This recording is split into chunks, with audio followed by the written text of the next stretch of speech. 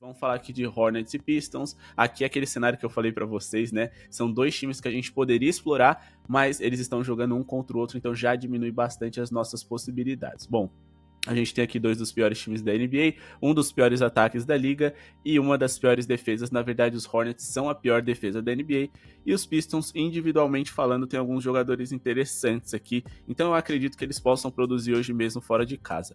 A mesma coisa quando a gente fala de Pacers e Magic. O Magic joga mais uma vez sem o seu melhor jogador, Paulo Banchero, que está de fora para hoje. Então, olhando todo esse cenário dessas duas franquias que, apesar de jogarem fora de casa e estarem desfalcados de um ou outro jogador importante, no caso Ozar Thompson não joga pelos Pistons, eles vão enfrentar duas defesas bem ruins. Então, o nosso palpite para Pistons e Hornets e Magic e Indiana Pacers é investir numa duplinha na pontuação deles, como são duas equipes que eu não confio integralmente na capacidade deles de produzirem bem, eu vou fechar essa dupla aqui com odds um pouquinho menores e associar uma franquia a outra, mas se vocês quiserem trabalhar com odd em torno de 1,50 no ao vivo, acima de 106,5 pontos para os Pistons, vale a pena também. Mas vamos aqui na mais segura, acima de 102,5 pontos para o Detroit, e vamos aqui falar a respeito de Orlando Magic, que encara também uma das piores defesas da liga, como eu disse para vocês, e acreditar que eles também vão pontuar bem. A gente fecha essa duplinha aqui com odd em torno de 1,50, beleza?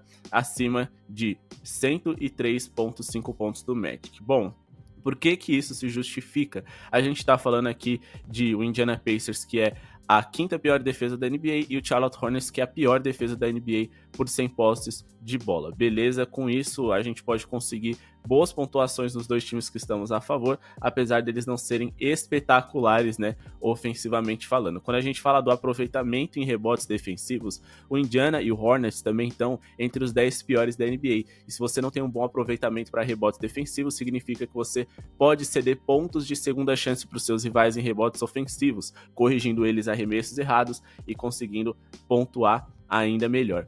Quando a gente fala aqui dos Hornets, nos últimos 7 jogos, eles sofreram 118,3 pontos de média para os seus rivais, sofreram mais, né, de 102,5 pontos em todas as partidas que fizeram até aqui, enfrentaram times de diversos perfis e qualidades ofensivas, mas nos últimos 4 jogos eles sofreram aí pelo menos 113 em todos eles, né? Então é um número muito alto, sofreram 133 do Toronto, que é um ataque ruim nessa temporada por 100 posses de bola, é um ataque que tende a ser um dos piores da NBA até o final da temporada, sofreram muitos pontos também para times lentos e que geralmente pontuam em um ritmo menor, como o Miami Heat e o Minnesota Timberwolves e o Houston, apesar de serem times com bons jogadores individualmente falando, e a média, acima de tudo, está muito acima daquilo que a gente quer que o Detroit Pistons ultrapasse. E com Jaden Ivey, com Cade Cunningham, com alguns outros jogadores que são bons arremessadores de 3, apesar de não tão consistentes, esse time aqui do Detroit Pistons pode produzir, pontuar bem, bem como o Orlando Magic, que sinceramente é difícil confiar no Magic